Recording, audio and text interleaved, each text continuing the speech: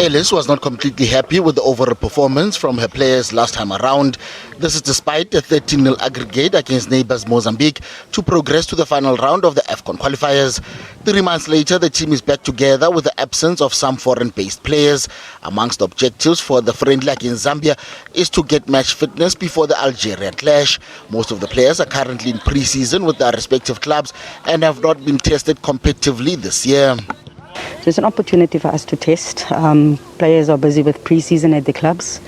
Some have their own programs, and we made sure by sending out a program as well 3 weeks ago. So we've got to say thank you to the clubs. Players have come in really, I was excited to see the level of fitness.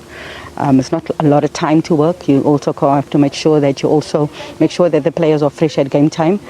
Ellis has continued to emphasize the importance of refreshing the squad. Once more, she has balanced her selection with youth and experience. Due to COVID-19, Ellis has had to rely on local-based players who impressed her last year, more so in the Aisha Buhari Cup, where Banyana Banyana became inaugural winners of the tournament. We want to make sure that we don't just bring players in for the sake of bringing them in, but we've seen over the last 2 years we hardly had our overseas-based players, and we had to use our local players a lot in big matches. We went to the Aisha Buhari, we had 12 local and 6 overseas-based, and they really stood up, and that's what we want.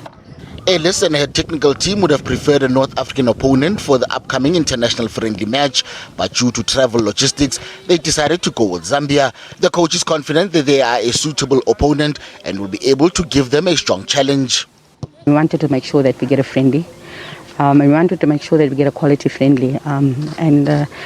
Matches between ourselves and Zambia have always been tight and tough. And we know that, they will really test us. And that's what you want. You want to be tested. And then the overseas-based players come in and we continue with our preparations for Algeria. But this first game, first against Zambia and Algeria, is going to be frightfully important. Like I said, we can't talk about the rest if we don't overcome this.